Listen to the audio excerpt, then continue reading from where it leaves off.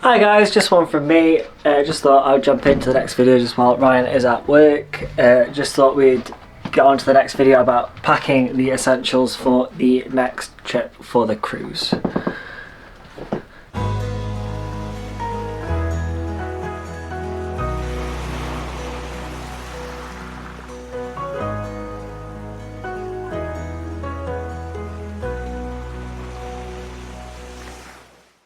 So, for a 16-day cruise, you'll need to pack a little bit more than you normally would for a shorter trip, especially with the length of time involved and the variety of activities. We have made a packing list that includes everything you'll need for a long cruise, ensuring you're prepared for everything from formal nights to excursions, as well as ensuring enough clothes to handle a longer time away. Casual clothing items that we have included are casual wear for everyday use, tops like t-shirts, tank tops, vests, pack 7 or 8 of them, trousers, shorts, pack 5 or 7. For females, you might want to pack dresses or light skirts, so you might want to pack 2 to 3 different varieties of dresses, or more depending on what you think you might be doing whilst you're away. Skirt options, if you've got different t-shirts or vests or blouses that you might be wearing, you might want to pack 1 or 2 different skirt options. Swimsuit wise, you might want to pack 2 to 3 or 4 different pairs of swimming trunks, bikinis or swimsuits. For if you're going on in the pools on the ship, or going to the beach, or what other excursion activities you might want to do just for like daily use. Cover-ups, whether it be a t-shirt or a poncho type dressing gown thing that you can get, like a onesie or an hoodie. They're normally quite good for walking to and from the pool to social areas, or to and from your room to the pool if you don't want to get fully dressed to go to and from other places. Light sweater or jacket, so if it's cooler in the evenings, as what me and Ryan have heard from other people who have been on these cruises, inside the ship compared to outside, the inside of the ship does tend to be a little bit cooler due to all the aircon that is blowing on the inside of the ship. So whilst you're travelling to different places inside the ship, you might want to take a light fleece jumper, cardigan. If you decide to go on a run whilst you're away on the cruise, or if you've docked up somewhere and you think, oh, I'll take this opportunity to go for a little run around, come back, get changed, and then go out and see anything you've thought. Any active wear you might want to take with you, probably take 2 or 3 different pairs of active wear, like shorts, t-shirts, training bras, or whatever you decide you might want to wear depending on what gender you are. Formal wear for formal dinners and events. On board our ship, you have got the option, if you are lucky enough to be invited to the captain's table for tea. When you are invited to the captain's table for tea, you will have to wear black tie attire.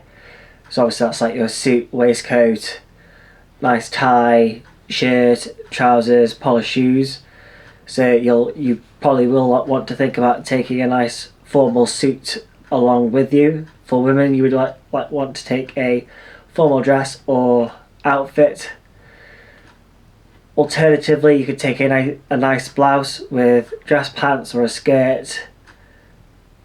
These can also work too. Dress shoes, comfortable but formal shoes. For ladies, it could be heels or flats, as preferred.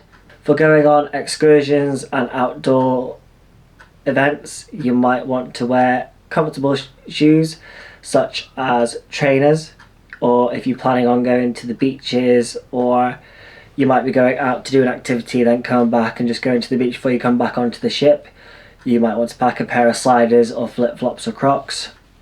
and these would also be helpful for walking around the ship, coming to and from the pool, vice versa.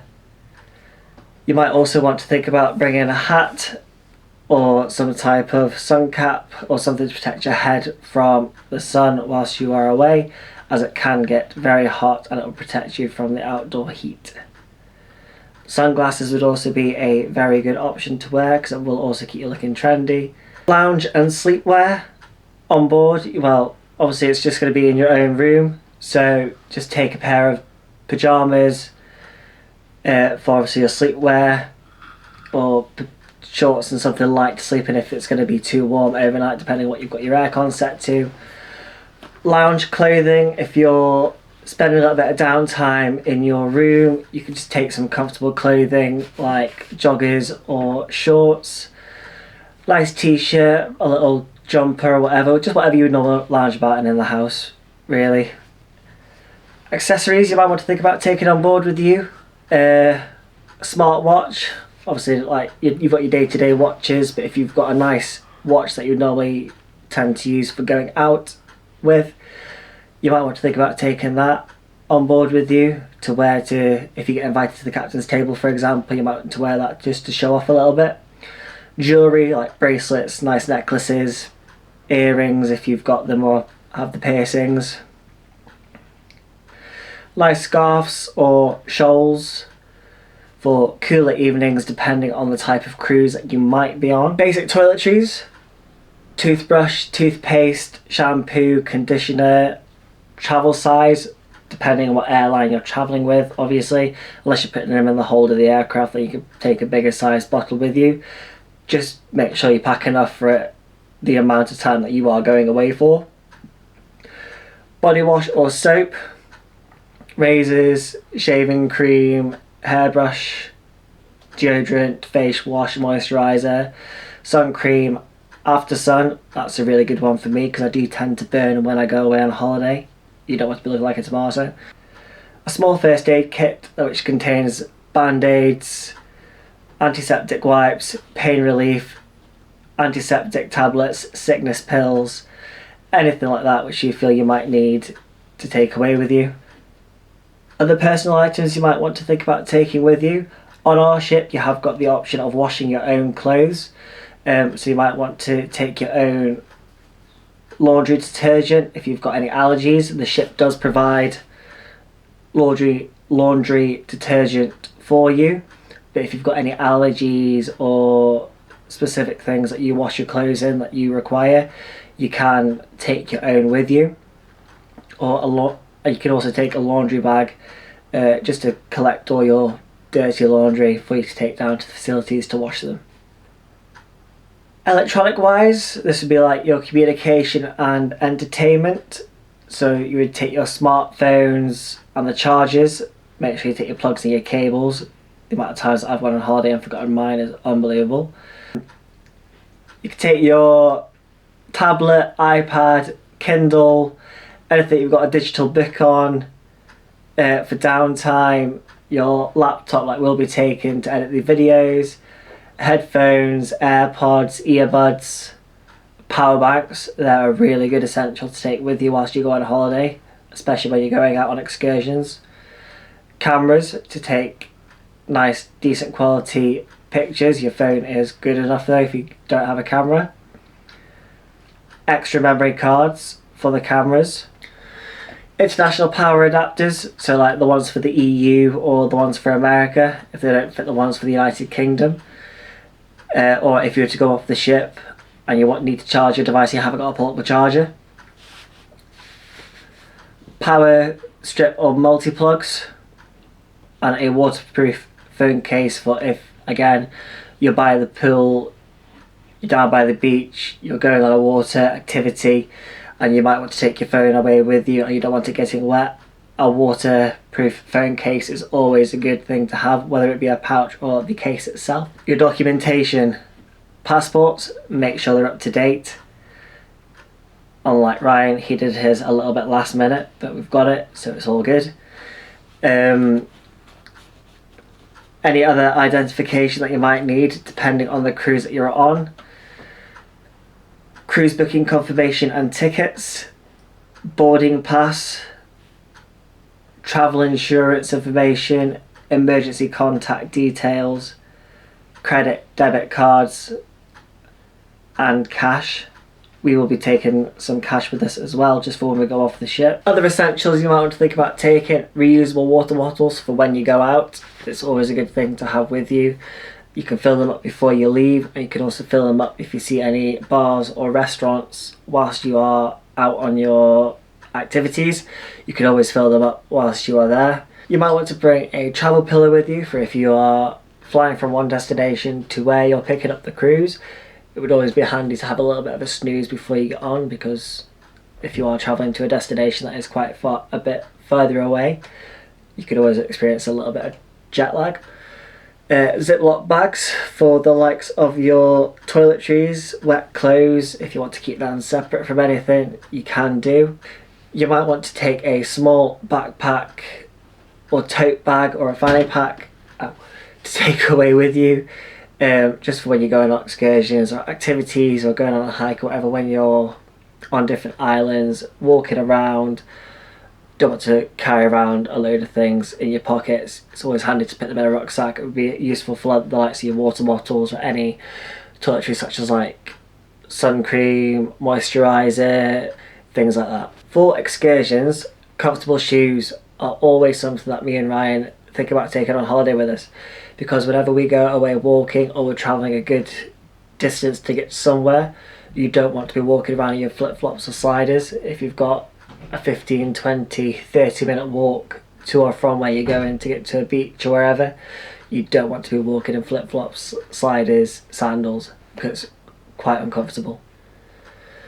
If you're wanting to look at, if you're going to a beach,